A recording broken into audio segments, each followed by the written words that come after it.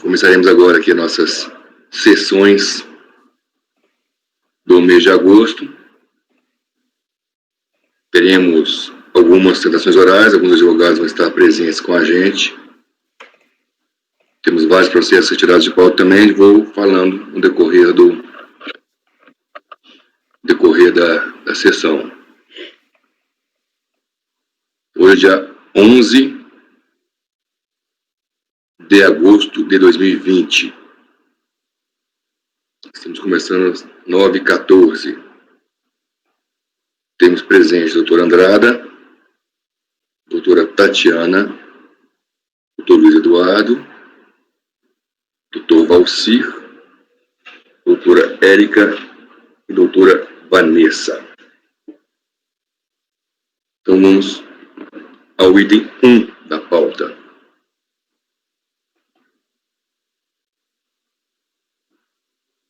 Relator, doutor Andrada. Recorrente, MOL Brasil, interessado Fazenda Nacional. E teremos aqui o acompanhamento. Vamos esperar entrar o acompanhamento. A doutora Andrada pode ler o relatório. Já está na pasta compartilhada, presidente.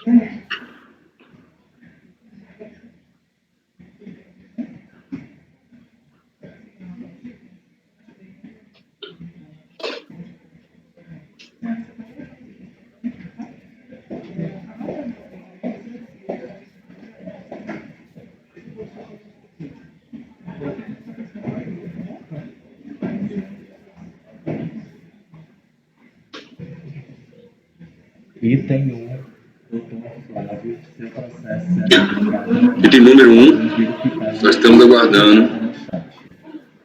Item 1 da pauta, doutor Flávio, seu processo será julgado agora. Estamos aguardando a entrada do patrono.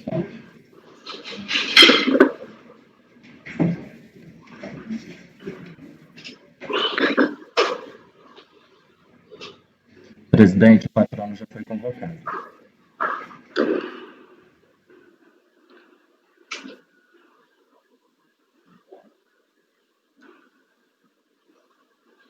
Então, temos aqui o doutor Flávio presente.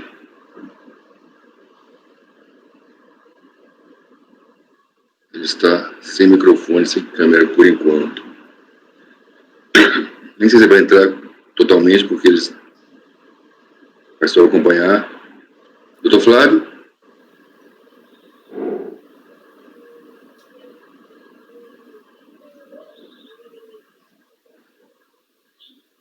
Tá, o doutor Flávio está sem microfone, parece. Ele mandou uma mensagem aqui. Então, ele vai só acompanhar mesmo. Então, o doutor Andrade com a palavra.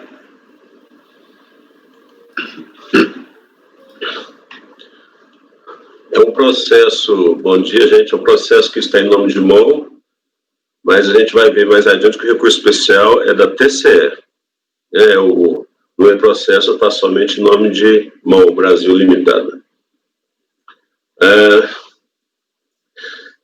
As empresas TCE, SDW e MOL foram autuadas para pagamento da multa regulamentar do IPI prevista no artigo 83, inciso 1 da Lei 4.502/64, no valor de R$ 71.258,60.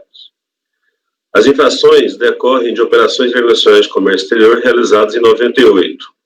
A acusação sintética é que entregar a consumo mercadoria de procedência estrangeira importada de forma irregular ou fraudulenta, consistente na falsificação e adulteração de documentos necessários ao despacho aduaneiro. Todos os sujeitos passivos apresentaram impugnação, sendo que a DRJ Fortaleza manteve íntegro o lançamento fiscal. No julgamento dos respectivos recursos voluntários, foi proferido o acórdão número 204.03.690, que obteve a seguinte ementa. Eu transcrevi a ementa aí, mas em seguida a ementa eu vou ler a síntese do que foi julgado. A ementa é bem longa, né? Em resumo, referido acórdão não conheceu do recurso voluntário apresentado pelo sujeito passivo MOL em razão de interposição de apelo judicial, no que restou configurada a concomitância de que trata a súmula CARF número 1. Quanto aos outros dois recorrentes, deu-se parcial provimento ao recurso voluntário somente para afastar do polo passivo a empresa SDW e afastar a multa sobre as importações efetuadas em seu nome. Portanto, manteve integralmente a exigência em relação à empresa PCE sobre as importações efetuadas por ela. Houve interposição de embargos pela Fazenda Nacional, que foram rejeitados, conforme a emenda que está aí transcrita. Houve, então, a interposição de embargos de declaração por parte do delegado da titular da DRF, responsável pela execução do acórdão. Tais embargos foram rejeitados por despacho monocrático. A questão suscitada era sobre quais invoices teriam sido excluídas do lançamento por estar em nome da SDW. Né? O presidente da turma falou, o comando ali incerto, a conclusão é cristalina. Se não há invoices em nome da SDW, não há nada a excluir. Né? O delegado questionava quais invoices que estavam em nome da SDW. Cientificados os referidos acordos, o contribuinte TCE, Comércio, Serviços e Tecnologia, apresentou recurso especial de divergência, apontando as seguintes matérias. Foram 4 matérias, as 2 grifadas foram admitidas por despacho de admissibilidade do presidente da Câmara. Ou seja, o recurso especial foi admitido parcialmente para discutir inaplicabilidade da penalidade em caso de efetivo registro de declaração de importação e 2, inaplicabilidade da penalidade em caso de imputação de falsificação de fatura comercial. Em contrarrazões, a Fazenda Nacional pede o improvimento do recurso especial. É o relatório, presidente. Pode ir ao voto, né? Não vai Pode ir ao voto. Então, estou conhecendo o recurso. Embora o recurso especial do contribuinte tenha sido admitido como 2 matérias autônomas, entendo que o mérito da questão se resolve abordando especificamente a aplicabilidade do artigo 83, inciso 1 da Lei 4.502, ao caso dos autos em que houve o registro da DI com utilização de falsificação da fatura comercial, que culminou com a entrega a consumo das referidas mercadorias importadas.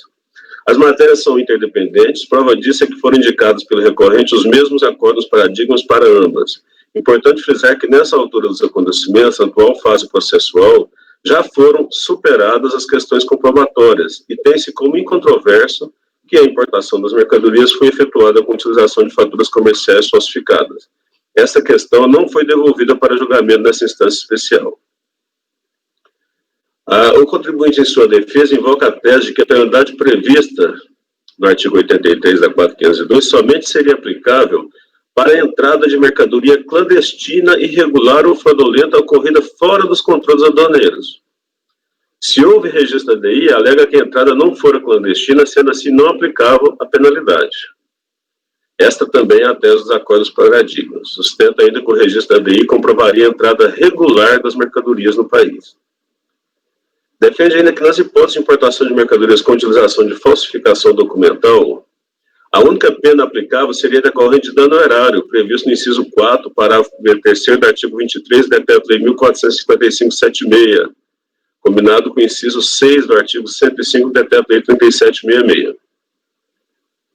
Desde logo, refuta-se a tese de que a penalidade aplicável destina-se apenas aos casos de introdução clandestina de mercadorias. Aí eu transcrevi aí o texto do artigo 83, né?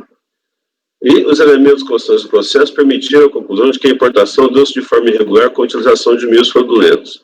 Não tem sentido a leitura efetuada pelo contribuinte pelos paradigmas de que a multa somente seria aplicável quando as mercadorias forem introduzidas clandestinamente no país, assim entendido, longe dos olhos do fisco.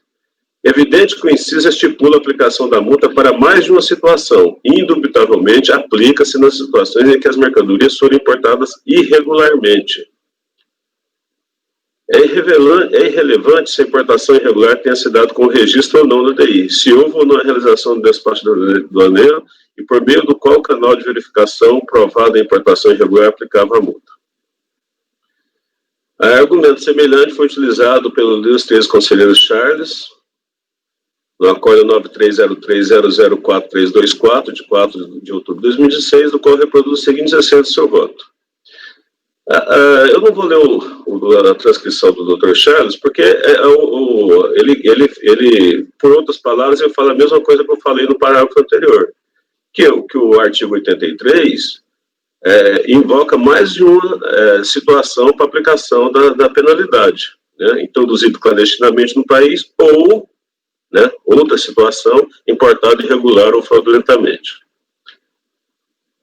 No outro giro, também não procede a alegação de que a legislação obsta a aplicação da multa prevista no artigo 83, quando a irregularidade é passiva de aplicação da pena de perdimento por dano erário, como pretende a recorrente. Como visto logo acima, comprovado que ocorreu a situação fática, hipótese legal da aplicação da referida multa, ocorre que algumas situações fáticas são semelhantes, sendo que algumas delas possíveis de aplicação da pena de perdimento resultantes das infrações tipificadas como dano ao erário. O contribuinte somente defende que seria aplicável a outra multa, porque ela não foi aplicada. Mas, evidentemente, que não gostaria de sofrer imposição legal, até mesmo porque seus valores se aproximam. É a multa de perdimento que ele está entendendo que seria somente a única aplicável, a multa substitutiva do perdimento. Na verdade, trata-se de um oportunismo de pedir, vez que a multa substitutiva por dano ao erário não existia quando da prática da presente infração. Veja os dispositivos legais reclamados. Ela só foi introduzida pela Lei 10.637 de 2002, né? Essa substituição, essa pena substitutiva da pena de perdimento. Os fatos geradores são anteriores. Foi em 98, como foi dito no relatório. Como se depende da leitura do parágrafo 3º do artigo 23 do Decreto-Lei 1455/76, transcrito acima em sua redação original, que previu a conversão da pena de perdimento em multa equivalente ao valor aduaneiro, só entrou em vigor a partir da edição da Lei 10.637 de 2002. Portanto, equivoca-se o contribuinte em afirmar que essa era a multa que deveria ser aplicada para o fato gerador de infração que incorreu em 98. Por fim, é importante ressaltar que esse tema recorrente tem sido decidido no mesmo sentido, pelo menos nos últimos anos, como demonstram os seguintes acordos. Esclarecendo, gente, que não são acordos unânimes, tá? Eu esqueci de colocar aqui o resultado, assim, da votação. Então, diante do exposto, voto por negar provimento ao recurso especial apresentado pelo contribuinte. É o voto, presidente. Doutora Tatiana. Bom, parabéns, Andrada, pelo voto e relatório. Como esse caso aqui já é conhecido da turma, né? Inclusive, eu sempre considerava que as DIs registradas, as informações são exatamente iguais aos constantes da fatura, né? Que era como se fosse aquelas DIs espelhos, né? Então, e também considerava que a importação efetivamente ocorreu, né? Tinha fiscalização. Eu vou continuar ainda com o meu entendimento, né, nessa linha, e eu vou abrir divergência ao relator, com a devida vênia. Doutora Viana, doutora Tatiana, a senhora pode repetir? Passou um avião aqui agora. Eu ouvi, presidente. Ouviu o avião? Com a devida vênia, eu abro divergência, presidente. Tá. Doutor Luiz Eduardo. Eu acompanho o relator, presidente. Doutor Valcir. Com o relator, senhor presidente. Doutor Jorge. Sem reparo, excelente voto, doutor Andrade. Acompanhe. Doutora Érica.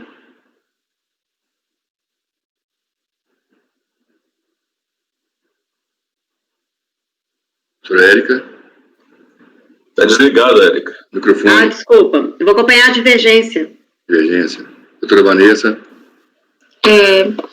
Presidente, eu vou acompanhar a divergência para dar provimento ao recurso especial do contribuinte, e esse, inclusive, foi o nosso voto nos precedentes citados pelo doutor Andrada no voto dele, né, no sentido de que é aplicável caso a pena de perdimento, né, quando não localizadas as mercadorias. Inclusive, tem um dos acórdãos, o voto vencido é da doutora Tatiana, que traz essa fundamentação, né, de que existindo regra específica quanto à aplicação da pena do perdimento quando configurado o dano ao erário, não se aplica a multa do artigo 83, inciso 1 da Lei 4502 de 64. Né? Então, eu acompanho a divergência. Também acompanho o relator, mesmo modo como relatei já aí 27/4/2016, é o código meu aí, exatamente nesses termos. Então, o resultado fica o seguinte: por maioria de votos,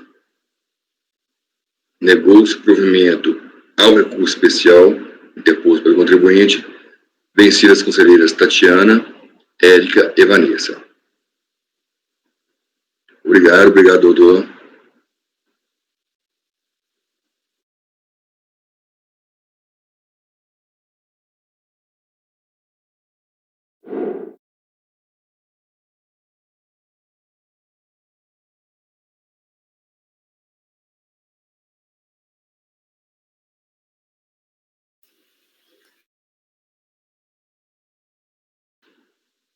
Doutor saiu da sala.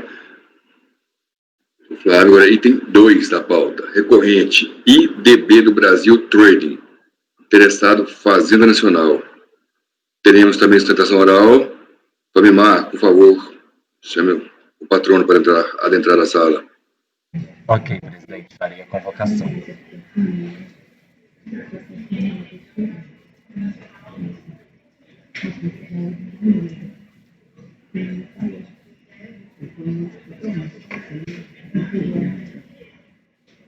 Item 2 da pauta, doutora Ana Cláudia. Seu processo será julgado agora. Por favor, verificar mensagem privada no chat. Item 2 da pauta, doutora Ana Cláudia. Seu processo será julgado agora. Por favor, verificar mensagem privada no chat.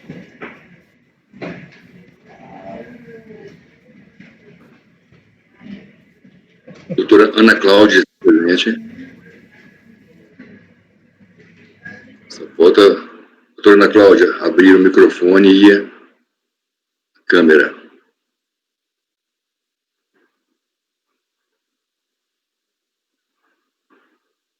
Está cinza a conexão dela.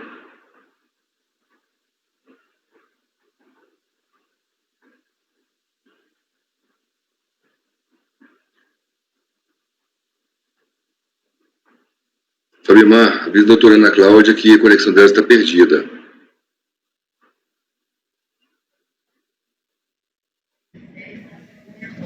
É bom ela atualizar, né? Apertar o F5.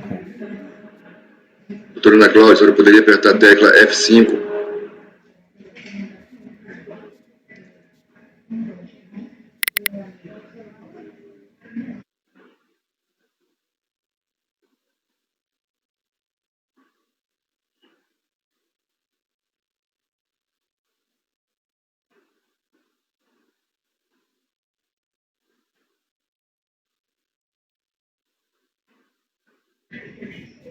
Ou se ela não conseguir, é bom, eu sugiro que ela saia e entre novamente na sala. Doutora Ana Cláudia, a senhora poderia sair e entrar na sala novamente?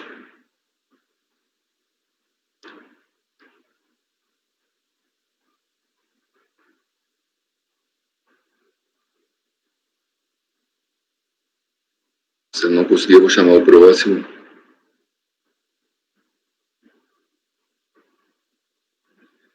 A doutora Ana Cláudia não conseguiu estabelecer uma comunicação.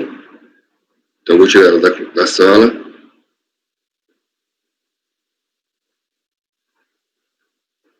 Ao final, a gente tenta de novo. Item 5 a 9, doutor Luiz Eduardo.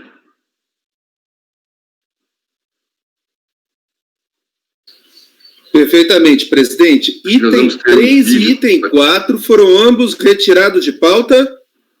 Não, eu estou indo para a sustentação oral, vamos ver aqui. Ah, tá, item 5, perfeito. Já se encontra na pasta compartilhada, presidente? Tá, vamos aguardar a entrada do advogado. Ele vai acompanhar e tem também um vídeo.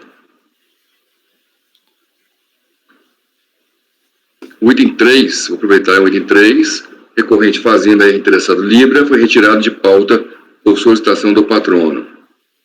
E o item 4, também recorrente Libra, foi retirado de pauta por solicitação do patrono. Agora, esse item 5, recorrente Fazenda interessado Air France. Société. Doutor Rodrigo, Sim? o patrono do item 5 ao 9 não está na sala. Não está na sala. Então eu vou também, então, chamar a próxima sustentação oral.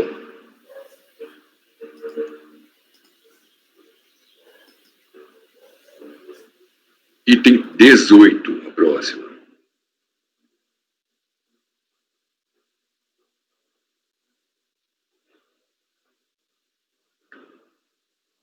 O 18 foi retirado de pauta, presidente. É isso que eu vou retirar de pauta, né? O item 18 foi retirado de pauta. Tá. Deixa eu só...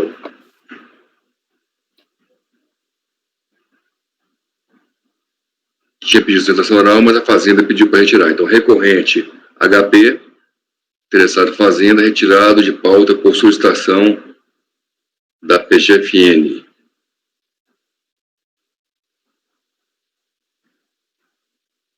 Item 22. Dr. Jorge Olmiro Locke Freire. A gente vai ter transmissão pelo YouTube, viu, doutor Jorge? Estou vendo aqui.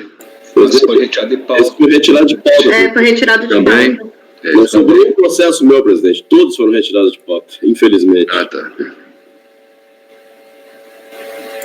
Eu tenho que ir numa tabela e na outra acompanhar as duas. Então, pela manhã, nós só temos... Então, item 18.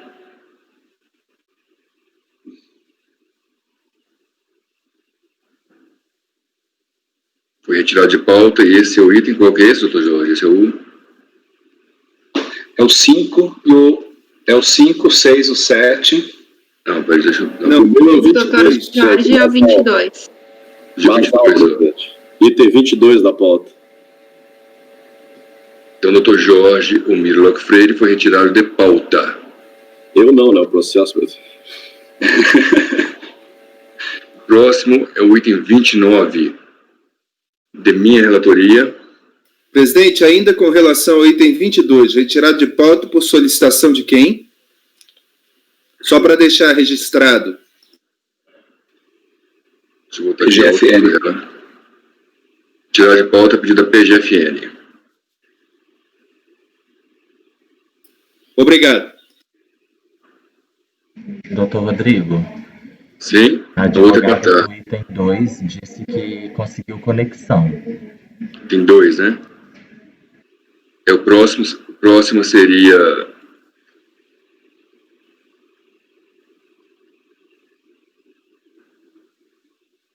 O item 22 seria a última da manhã. Exato. Então, esse aqui não podemos ainda entrar porque é à tarde. Tem 2, né? Então, Fabimar, por favor, chamar aí a patrona do item 2. Ok, farei a convocação.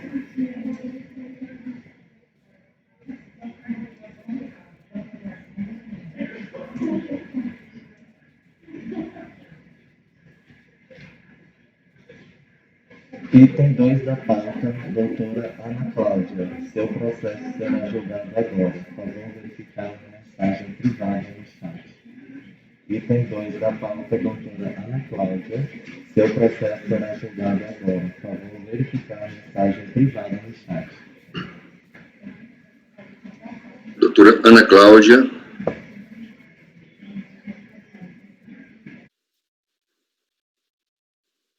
Está já com a gente, porém está sem áudio, sem vídeo por enquanto. Bom dia, doutora Ana Cláudia.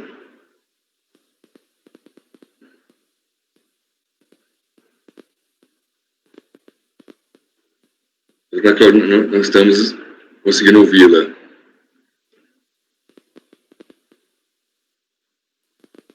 Provavelmente, o microfone costuma dar interferência. Tenta desconectar e conectar de novo o microfone.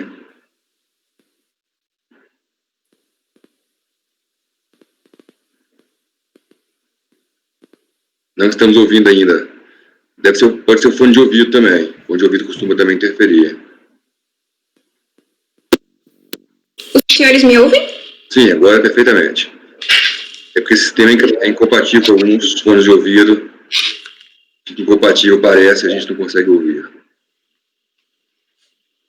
Então, doutor Andrada, o item 2, IDB do Brasil Trading, como recorrente, interessado Fazenda. O senhor pode proceder à leitura do relatório. Depois teremos sustentação oral da doutora Ana Cláudia. Bom dia, doutora Ana Cláudia. Relatório. O contribuinte IDB do Brasil Importação e Exportação, na condição de importador, teve contra si lavrado auto de infração para exigência da multa substitutiva do perdimento. Foi apontado como responsável solidário na condição de real adquirente, a pessoa jurídica Júri Comércio Limitada. Em apertada síntese, a acusação foi de importação de mercadorias com ocultação do sujeito passivo mediante fraude e simulação. Aplicou-se, então, a multa substitutiva do perdimento prevista no artigo 23, inciso 5 do Decreto-Lei 1455/76. O valor original do lançamento foi de 220.411,40. Tanto o contribuinte quanto o responsável solidário impugnaram o lançamento. A 23ª turma da DRJ de São Paulo 1, por unanimidade de votos, julgou totalmente procedente o lançamento. Ambos sujeitos passivos apresentaram recurso voluntário, que foi julgado por meio do acordo 3302-004-615, de 26 de julho de 2017, o qual possui a seguinte emenda, a cotação do sujeito passivo, do real comprador, do responsável pela operação, mediante fraude ou simulação, inclusive a interposição fraudulenta de terceiros, consiste em infrações puníveis com pena de perdimento, devendo ser substituída por multa equivalente ao valor aduaneiro da mercadoria que não seja localizada. Devidamente, caso o resultado do julgamento, também o contribuinte IDB do Brasil apresentou recurso especial de divergência. Após alguns atropelos processuais devidamente retificados, os erros internos de procedimento, foi elaborado o despacho de admissibilidade do recurso especial pelo presidente da terceira Câmara da terceira sessão de julgamento. Identificou-se duas matérias objeto da divergência. Matéria 1, da ausência de pressupostos para a caracterização da infração, e 2, da impossibilidade de acumulação das multas. Referido despacho deu seguimento somente à matéria número 2. Após analisar o agravo do contribuinte, o recurso foi integralmente admitido. Em contrarrazões, a Fazenda pede o improvimento do recurso especial. É o relatório, presidente. Doutora Ana Cláudia, a senhora tem 15 minutos. Obrigada. Ilustre senhor presidente, senhor relator, ilustres demais conselheiros, um bom dia. Como relatado, no presente caso, o recurso especial ele foi interposto, visto que ele deu, o acórdão recorrido deu interpretação divergente à situação fática pela primeira turma da segunda Câmara da terceira sessão de julgamento, no tocante aos pressupostos para a caracterização da interposição fraudulenta. Como consta no relatório do acórdão recorrido, a fiscalização entendeu que houve ocultação do real destinatário das mercadorias, mediante a configuração prevista no artigo 23, inciso 5º, parágrafo 3º do Decreto-Lei 1455 de 76. Da análise desse dispositivo, é necessário que estejam presentes a ocultação do real comprador qualificada pela presença de simulação ou fraude. Nesse caso, não foram constatadas a simulação ou a fraude. Dessa maneira, o acórdão recorrido, ele apresenta um entendimento divergente do aplicado no julgamento do processo 10.983.721.118/2014, dígito 16, indicado no recurso especial. Nesse paradigma, se sustentou que a interposição fraudulenta, ela não pode comportar a figura culposa, dependendo da intenção deliberada da fraude ou da simulação no caso, para configurar a infração. Isso porque, identificado o adquirente e a origem dos recursos, não caberia a regra da presunção.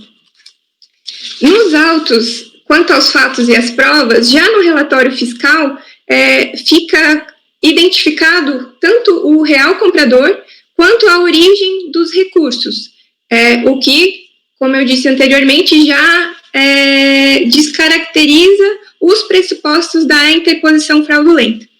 Além disso, especificamente em relação à simulação, também fica descaracterizada porque foi colacionado pelo próprio relatório fiscal as notas fiscais de entrada e saída no mercado interno das mercadorias importadas, onde consta a margem de lucro realizada pelo importador. Nessas notas, na nota fiscal de saída, fica claro o valor que ele comercializou os produtos, especificamente o produto importado, que é o leitor de cartão magnético, ele foi adquirido pelo valor de R$ 2,20, demonstrado pela nota fiscal de entrada, e teve uma saída pelo valor de R$ 3,28. Isso representa uma margem de lucro de 48,8%.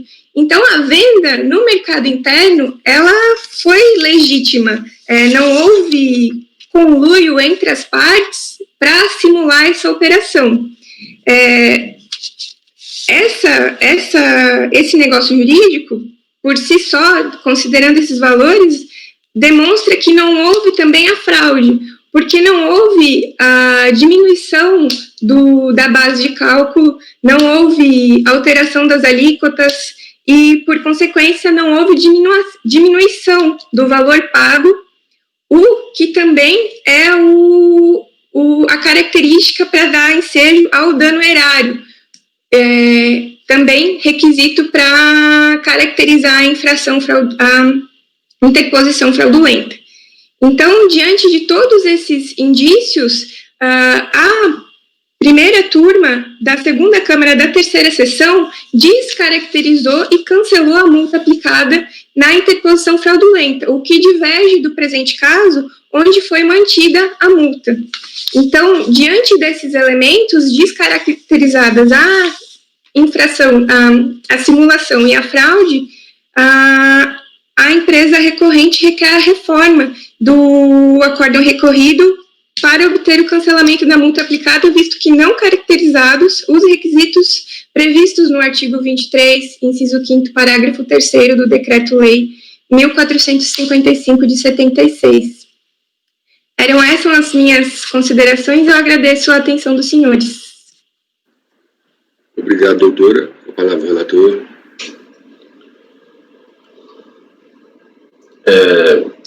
Eu vou fazer uma abordagem sobre o conhecimento do recurso especial.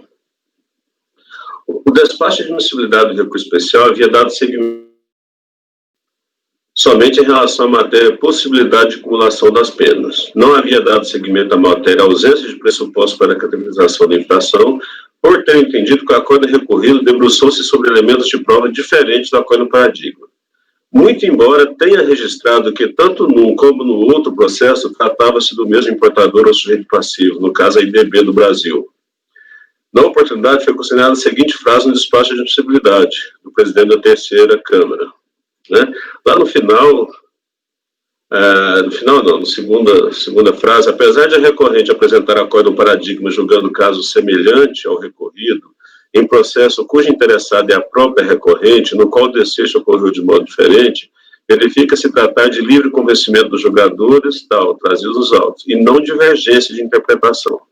Portanto, não há que se falar em via recursal. Isso foi o despacho de admissibilidade do presidente da terceira Câmara. Na análise do agravo, apresentado pelo contribuinte, o analista entendeu que a própria frase acima transcrita seria a prova da ocorrência da semelhança dos fatos com julgamento de casos resultando em decisões opostas, caracterizando assim a divergência. E transcrevo as conclusões do referido despacho, Ele entendeu que o próprio despacho de admissibilidade teria reconhecido a semelhança e o julgamento em sentido oposto entre o acordo recorrido e o paradigma.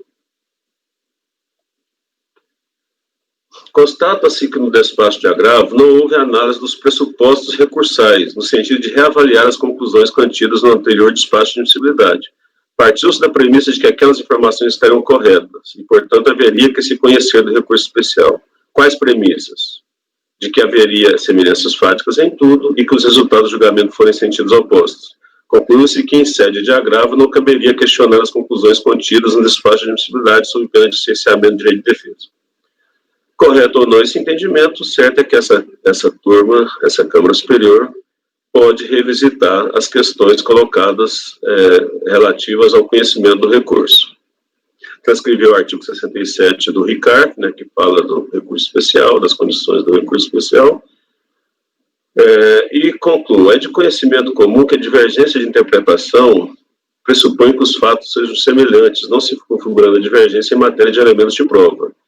Ou seja, a situação fática analisada no acordo recorrido deve ser muito semelhante aos fatos ocorridos no acordo paradigma para que se configure a divergência. Se os elementos confrontados em um processo são diferentes, não há como caracterizar a divergência. Efetuado esse preâmbulo, entendo que o caso analisado no acordo recorrido, embora decorra de acusações semelhantes com a aplicação da mesma multa regulamentar, é bem diferente do acordo paradigma no que respeita aos elementos de prova. Aí eu faço uma análise da situação fática do acordo recorrido, importador IDB do Brasil, importador oculto Jura e Comércio Limitada. Os fatos ocorreram no março de 2012, né? Foi emitida a nota fiscal das mesmas mercadorias com destinos à empresa Intermix. Transcreva abaixo um trecho interessante dos fatos que foi considerado no presente processo, né? Expliquei aí que houve uma transferência bancária no valor de R$500 mil, feita pelo senhor Eduardo Ribeiro Figueiredo, sócio administrador da empresa Intermix, a outra empresa quem foi destinada a maior parte das mercadorias importadas na lei sob fiscalização. Com destaque, sem esse valor, não haveria saldo suficiente na conta bancária da empresa Júri para fazer o pagamento de R$419 mil à empresa IDB. Aí, transcreva aí outros elementos de fato que entendo que são diferentes em relação ao acordo paradigma e passo a situação fática do acordo paradigma. Importador IDB do Brasil, importador oculto Intermix. É outro importador oculto, né? Foram analisadas 9 DIs, cujo fato gerador deu-se em agosto de 2011, cujas saídas das mercadorias foram efetuadas diretamente para a Intermix. Na leitura do referido acordo, embora tenha algumas intercorrências citando a mesma empresa Jura e Comércio Limitada, o que se revela é que o objeto do lançamento foram elementos diferentes, ocorridos e praticados também com fatos geradores diferentes. O fato gerador do acordo recorrido deu-se em março de 2012 e do paradigma ocorreu em 2011, cerca de 3 meses antes. Os elementos de prova foram diferentes e não é possível afirmar que somente pela leitura do acordo as conclusões de julgamento daquele processo seriam a mesma que seria dada na análise de julgamento do presente processo.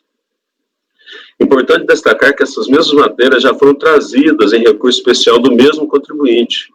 Foram apreciados por meio do acordo 9303-007-691 de novembro de 2018, com a relatoria do ilustre ex-conselheiro Demis Brito. Na oportunidade, foi apreciado o conhecimento do recurso especial, tendo como acordo um paradigma exatamente o mesmo que agora foi apresentado, acordo número 3201002581. Na oportunidade, essa turma julgadora, por unanimidade de votos, não conheceu também do recurso em relação a esta primeira matéria. A justificativa foi exatamente a impossibilidade de estabelecer a divergência em face de elementos de prova distintos. Então, eu transcrevi um trecho do acordo aí do Dr. Demis. Então, diante do exposto, voto por não conhecer do recurso especial do contribuinte em relação à matéria da ausência de pressuposto para a caracterização da infração. Até para manter, colegas, a questão da que a gente já voltou, esse mesmo paradigma naquele acordo do Dr. Demis. Presidente, vai votar esse conhecimento em parte? Eu estou conhecendo parcialmente do recurso. Vamos votar primeiro o conhecimento. Em relação ao conhecimento, eu acompanho o doutor Andrada. Doutora Tatiana acompanhou. Doutor Luiz. Também acompanho a excelente análise de admissibilidade e conhecimento feita pelo relator e parabenizo. Doutor Valcir. Com o relator, quanto ao conhecimento. Doutor Jorge. Com o relator, presidente. Doutora Érica. Com o relator. Doutora Vanessa. Também acompanho o relator. Também acompanho o relator, como eu já havia feito há um tempo atrás, no meu despacho de admissibilidade original, que foi reformado depois pela presidente do CARF. Então, agora vamos à matéria de mérito, doutor Andrada. Bom, quanto ao mérito, restou a matéria número 2, que é a impossibilidade de acumulação das multas. Trata-se da defesa, e foi aplicado nos paradigmas, a impossibilidade de acumular a multa prevista no artigo 23, que é inciso 5, parágrafo 3º, decreto de 1455/76, a partir da edição do artigo 33 da lei número 11.488 de 2007, aquela multa de 10% para a pessoa que cedeu o nome, né, cessão de nome. Só que essa questão já é objeto de súmula, né, súmula CARF número 155, né, a multa prevista no artigo 33 da lei 11.488/07 não se confunde com a pena de perdimento do artigo 23, inciso 5 do decreto de 1455/76, o que afasta a aplicação da retroatividade benigna definida no artigo 106, 2C do Código Tributário Nacional. Então, diante disso, voto por negar provimento ao recurso especial do contribuinte em relação a essa matéria. Eu voto, presidente. Doutora Tatiana. Sim, só recordando que um dos primeiros votos, acho que foi da doutora Érica, que foi o 9303004714, inclusive o doutor Andrade citou em um voto dele também, e então eu acompanho o relatório. Doutora Tatiana, quer dizer, acho que sua voz é um pouco baixa. Ah, é? Ah, tá. Desculpa, é só recordando, né, que um dos primeiros acordos foi o da doutora Érica, né, 9303004714, e eu acompanho o relator, presidente. Doutor Luiz. Também acompanho o relator, presidente. Doutor Valcir. Quanto ao mérito, com o relator. Doutor Jorge. Com o relator, presidente. Matéria simulada. Doutora Érica. Com o relator. Doutora Vanessa. Acompanho o relator. Também acompanho o relator. Então, por unanimidade de votos, o recurso foi conhecido parcialmente, somente em relação à matéria possibilidade de cumulação de penas. Na parte conhecida, negou-se provimento por unanimidade de votos. Esse é o resultado final. Obrigado, doutora.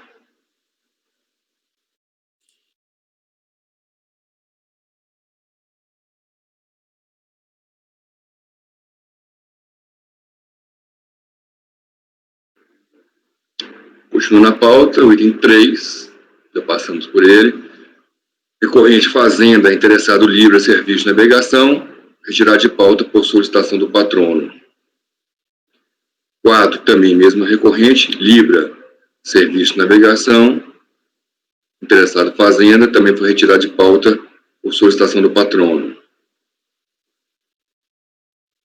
Dr. Luiz Eduardo, item 5, recorrente Fazenda, interessado Société Air France. A pessoa de sair da sala, o patrão de sair da sala. Doutor Luiz, vamos proceder ao julgamento então. Fabrimar, ver se tem algum patrono na sala. Não, presidente, o patrono não está na sala. Tá bom, então, doutor Luiz, deixa eu ver aqui se você descobri que isso é vídeo. Isso é um vídeo do YouTube. Então, doutor Luiz, com a palavra. Perfeitamente, presidente. Já se encontra na pasta compartilhada a minuta. E a questão aqui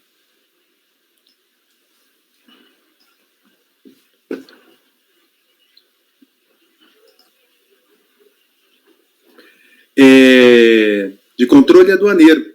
O período é 2005. E o assunto é a multa administrativa por prestação de informações O que se discute é a aplicabilidade ou não da retroatividade benigna ao caso. Recurso é da Fazenda. O lançamento original foi a multa do artigo 107, inciso 4º, a linha E, do Decreto-Lei número 37 de 66, com a redação dada pelo artigo 77 da Lei 10.833 de 2003. O sujeito passivo, de acordo com a fiscalização, não prestou informação sobre o veículo ou carga transportada no prazo estabelecido pelas normas da Receita Federal, no caso, o artigo 37 da Instrução Normativa número 28 de 1994. Lembrando, presidente, que originalmente, de acordo com essa portaria, o prazo era imediatamente após o embarque da mercadoria. Em seguida, na Instrução Normativa 510 de 2005, esse prazo passou a ser o prazo de 2 dias. E, por fim, com base na Instrução Normativa 1096 de 2010, o prazo passou a ser de 7 dias. Muito bem. Nas folhas 38 a 49, nós temos as planilhas que especificam a situação fática em discussão. São 107 viagens ou navios cujos dados de embarque foram registrados fora do prazo de 7 dias. Esse é o fato. Muito bem. Sujeito passivo apresentou impugnação, requerendo cancelamento do auto, alegando erro na tipificação por aplicação de uma norma posterior a um fato ocorrido, ausência de prova da intempestividade, alegando falha técnica no Siscomex, proporcionalidade, razoabilidade, inexistência de embaraço à fiscalização e violação da finalidade do ato administrativo, apelando para a aplicação dos princípios da proporcionalidade e razoabilidade. A Delegacia de Julgamento em Florianópolis, no acórdão 07-21-466, negou o provimento à impugnação. Então, o sujeito passivo apresentou recurso voluntário, repisando os argumentos da impugnação, especialmente erro na tipificação, por aplicação de norma posterior, ausência de prova da intempestividade das informações, por falha alegada no Siscomex, caráter confiscatório da multa e ocorrência de denúncia espontânea. Pois bem, presidente, esse recurso especial foi julgado pela então existente terceira turma especial de nossa terceira sessão, que no acórdão 3803006286 deu provimento ao recurso voluntário, entendendo ter ocorrido denúncia espontânea no caso e não analisando as demais questões do lançamento. Então, a Fazenda Nacional apresentou recurso especial para discutir a ocorrência de denúncia espontânea. Esse recurso foi admitido e julgado pela Câmara Superior na decisão 9303003783, em que a Câmara Superior de Recurso Fiscal deu provimento ao recurso da Fazenda para afastar a ocorrência de denúncia espontânea no caso e retornar os autos ao colegiado ACO para análise das demais questões postas no recurso voluntário. O sujeito passivo opôs embargos com relação a esse acórdão, alegando omissão, mas esse embargo foi rejeitado por despacho do presidente do colegiado, e então foi impetrado mandado de segurança para admissão desses embargos, mas a liminar foi cassada pelo Tribunal Regional Federal da Primeira Região. Então, o processo efetivamente desceu para nova apreciação pela turma ordinária. Muito bem, a Câmara Baixa, agora já a segunda turma ordinária da quarta Câmara, no acórdão 3402005876, deu parcial provimento ao recurso voluntário, afastando todas as alegações do sujeito passivo e considerando aplicável a retroatividade benigna, exonerou a multa para as informações prestadas em menos de 7 dias, mantendo a multa apenas para as informações prestadas em mais de 7 dias. Então, a Fazenda Nacional apresenta novo recurso especial, agora pedindo que não seja aplicado ao caso, retroativamente, a Instrução Normativa 1096 de 2010, que alterou de 2 dias para 7 dias o prazo. O paradigma apresentado é o 3202000544 e o fundamento é que Lex Mitchell, nos termos do artigo 106 do CTN, não se aplicaria ao caso porque a aplicação seria da instrução normativa vigente na data do lançamento. O presidente da Câmara deu seguimento ao recurso especial e, em contrarrazões, o sujeito passivo pede negativa de provimento ao recurso especial para a manutenção da decisão recorrida. Presidente, este é o relatório.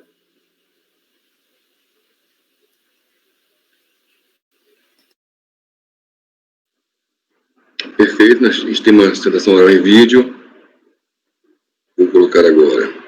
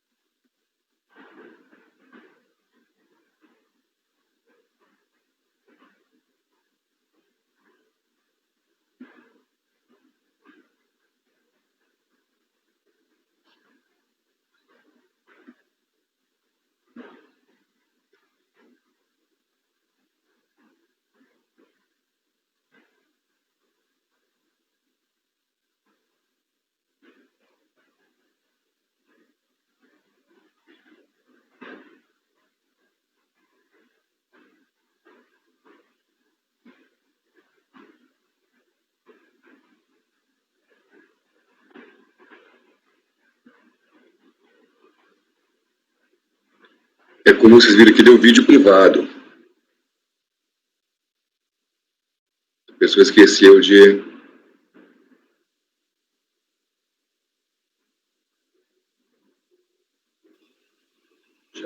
O proprietário teria que conceder acesso. A pessoa colocou como vídeo privado. Em vez de colocar, tem um público, né? Tem três modos. E a gente instruiu os advogados em 3 modos. Tem o público, tem o privado e tem o intermediário, que é quem tiver o link tem acesso. Teria que ser esse caso nosso.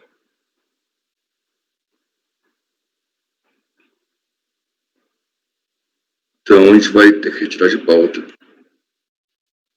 esses processos. Doutor Luiz, você conseguiu? Aí eu... Não, né? Presidente, confirmo para o senhor, tanto pelo nosso aplicativo da sessão, quanto pelo YouTube diretamente no Google, o vídeo é privado, nós não temos acesso ao vídeo. É 35, 6, 7, 8 e 9.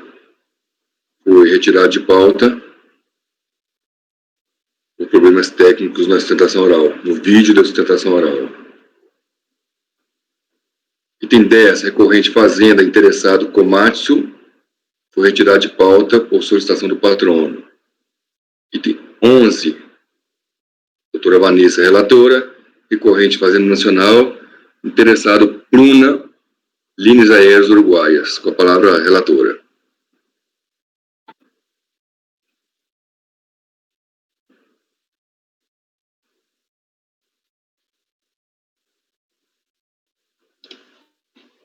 Já estou colocando o processo na pasta, presidente.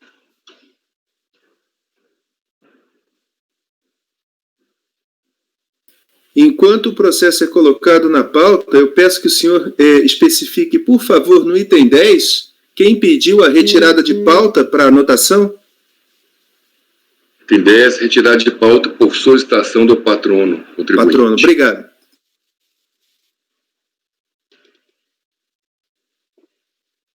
Tem 11, doutora Vanessa. Já está na pasta. Deixa eu pegar aqui.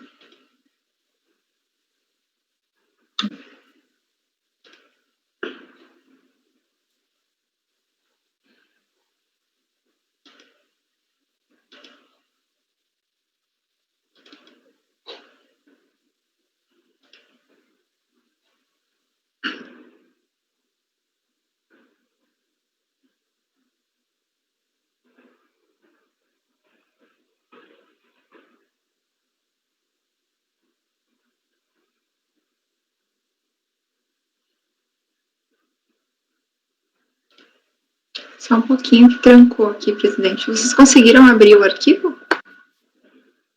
Sim. Tá. Consegui. Trancou aqui para mim. Tá, agora tudo certo.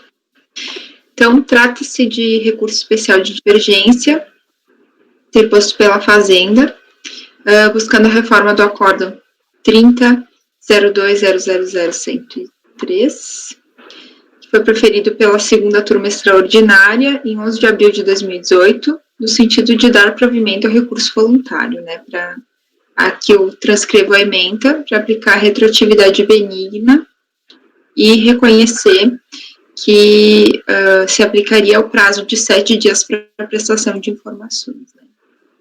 Então, a Fazenda Nacional insurge-se quanto à retroatividade benigna em relação à aplicação da penalidade por atraso no registro de dados de embarque das mercadorias, com o paradigma traz o acórdão 9303.003.914.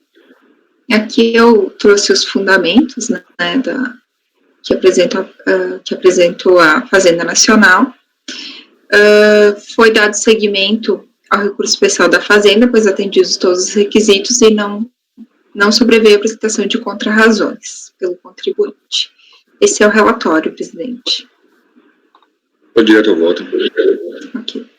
Então, o recurso é tempestivo e atende aos demais requisitos de admissibilidade, devendo, portanto, ser conhecido.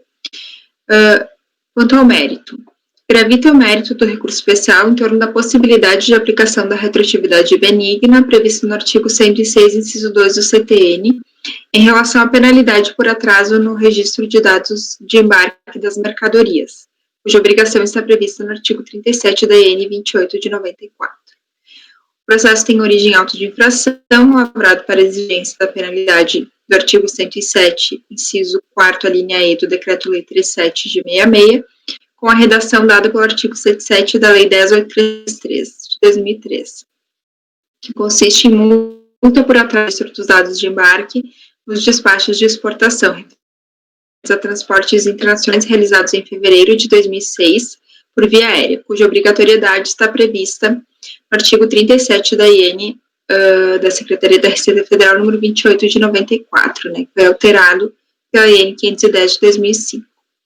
Então, a questão já foi tratada por essa terceira turma da Câmara Superior, tendo essa relatora o mesmo entendimento manifestado pela ilustre conselheira Tatiana Mijama em seu voto proferido no acórdão 93.03006.336, de 21 de fevereiro de 2018. Ainda que a posição tenha ficado vencida, né, não houve alteração do convencimento dessa relatora, e aqui eu trago como razões de decidir os fundamentos daquele acórdão, que nós reconhecemos a aplicação da retroatividade benigna para aplicar o prazo de 7 dias, né, para apresentação de informações, e não o prazo de 2 dias. Então, assim, no caso dos presentes autos, conforme consignado no acórdão recorrido, e se constata da planilha que integra o auto de infração, as informações foram prestadas pelo contribuinte 3 dias após o embarque. Os embarques foram em 10 de 2 de 2006 e a prestação de informações em 13 de 2 de 2006, estando dentro do prazo de 7 dias, determinado pela IN 1096 de 2010. Então, aqui, nesse caso, seria cabível, então, a aplicação... não seria cabível a aplicação da retroatividade... não seria cabível a aplicação da penalidade em razão da retroatividade benigna, né? Então, eu estou negando o provimento ao recurso especial da Fazenda. É o relatório. É o voto, desculpa, presidente. Isso aí. Doutor Andrada. Presidente, essa matéria já é bem conhecida nossa, né? Retroatividade benigna no prazo de 7 dias. Acompanha a relatora. Doutora Tatiana. Eu acompanho a relatora. Doutor Luiz. Presidente, impressionantemente, é a mesma situação discutida no processo que eu tinha acabado de relatar. Eu não votei, né? Mas o meu entendimento é exatamente o entendimento da conselheira relatora, portanto, acompanho o voto da relatora, presidente. Doutor Valcir. Com a relatora. Doutor Jorge. Com a relatora, presidente. Doutora Érica. Com a relatora, presidente. Doutora Vanessa, todos foram embarcados com menos de 7 dias, né? Sim, presidente, com 3 dias, se não me engano, de atraso, né? Eu tinha um voto mais restritivo, eu não aplicava a retroatividade benigna. Aí depois eu passei a aplicar somente nos menos de 7 dias. Né? Tem gente que tira toda a multa. Então, dessa forma, também voto com a relatora. Então, por unanimidade de votos, negou-se o provimento do recurso especial interposto pela Fazenda. Item 12. Recorrente Fazenda, interessado Haroldo. Retirado de pauta por solicitação do patrono. Item 13. Doutor Luiz Eduardo, relator. Recorrente Fazenda. Interessado Marcos Antônio da Silva. Então, com a palavra o relator, doutor Luiz Eduardo.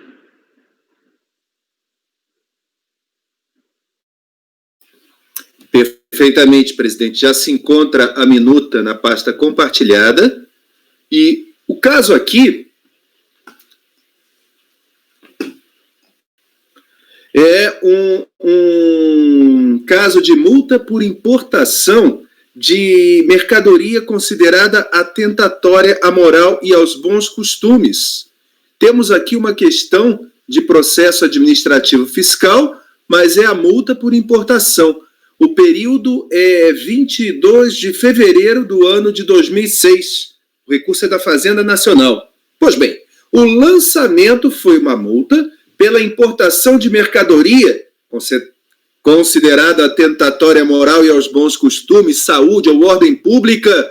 Essa mercadoria é placa de máquina de caça-níquel.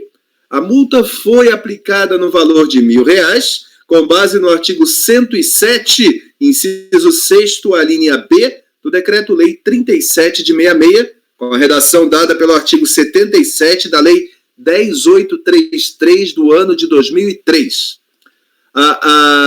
O sujeito passivo apresentou impugnação requerendo cancelamento do auto, alegando não ter sido o efetivo importador da máquina, que desconhecia, inclusive, a existência de placas de máquina de caça-níquel na máquina, que alugou um pequeno espaço para colocação de máquina por terceiros, que uma nota fiscal e um laudo apontariam para a efetiva importadora, que ele alega ser a empresa Gran Columbus Importadora e Exportadora, e a destinatária da importação seria a empresa Game Line Limitada.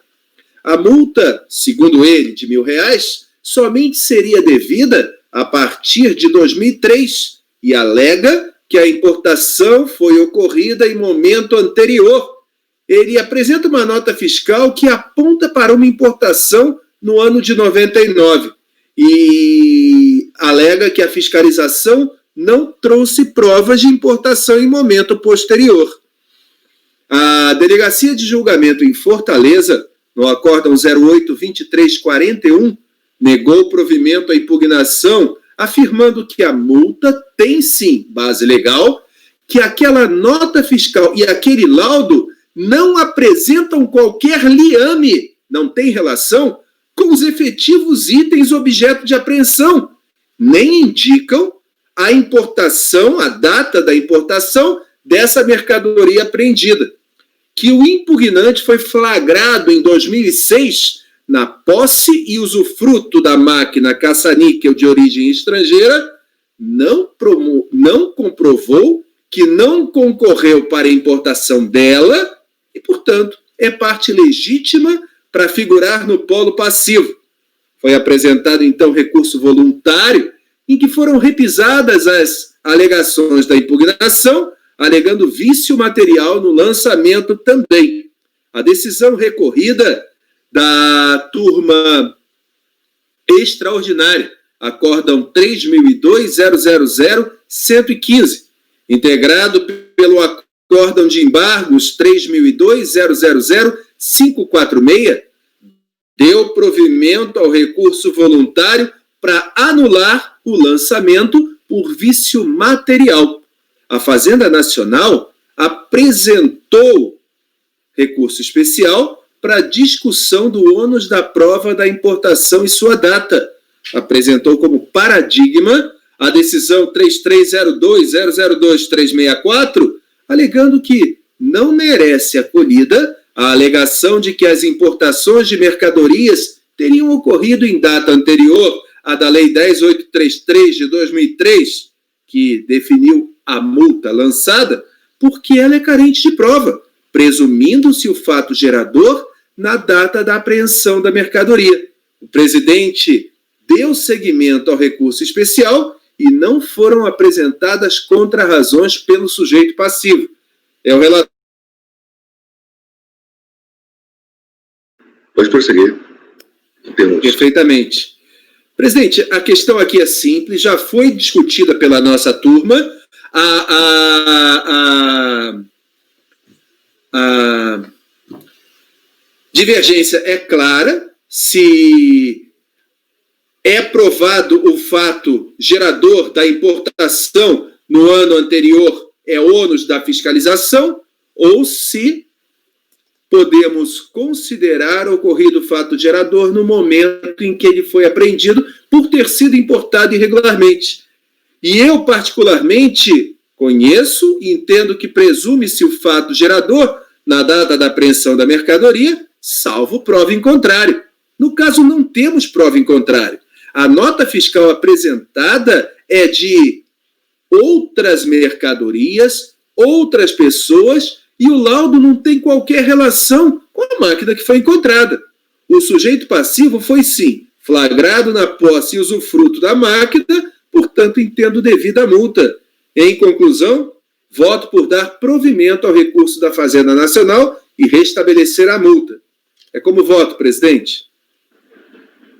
Doutor Andrada. Presidente, já discutimos isso aí. Eu acompanho o voto do Dr. Luiz Eduardo, entendendo que o ônus da prova, nessa situação específica, é de quem está com a prova do crime, né? Se ele está de posse de mercadoria proibida, ele é que tem que fazer prova de que essa mercadoria foi importada em data distinta. Acompanho o relator, presidente. Doutora Tatiana. Presidente, a matéria já é conhecida, a gente votou no mês passado. Eu ainda continuo com o meu entendimento, que é da turma abaixo, né? Acho que é da doutora Maria Eduarda, que não é possível realmente verificar a data do ato punível, então teria que ser cancelado o auto de infração por nulidade material. Então, eu peço vênia e abro divergência. Doutor Luiz, é o relator. Sou o relator, presidente. Com o relator. Voto com o relator. Doutor Jorge. Com o relator, presidente. Doutora Érica. Voto com a divergência. Doutora Vanessa. Eu acompanho o relator, presidente. Também acompanho o relator. matéria bem conhecida também. Então, a proclamação fica da seguinte forma: deu-se provimento ao recurso especial interposto pela Fazenda por maioria de votos, vencidas as conselheiras Tatiana e Érica. Então, vamos fazer um intervalo de 15 minutos e vou suspender a gravação aqui. Presidente, o senhor pode, por favor, repetir a proclamação da decisão? Eu posso ter sido eu, mas eu não consegui acompanhar, deu uma queda na rede. Ah, tá. Foi dado provimento por maioria de votos, vencidas as conselheiras Tatiana e Érica. Obrigado. Entendido? Então, vou parar a gravação, retornaremos em 15 minutos.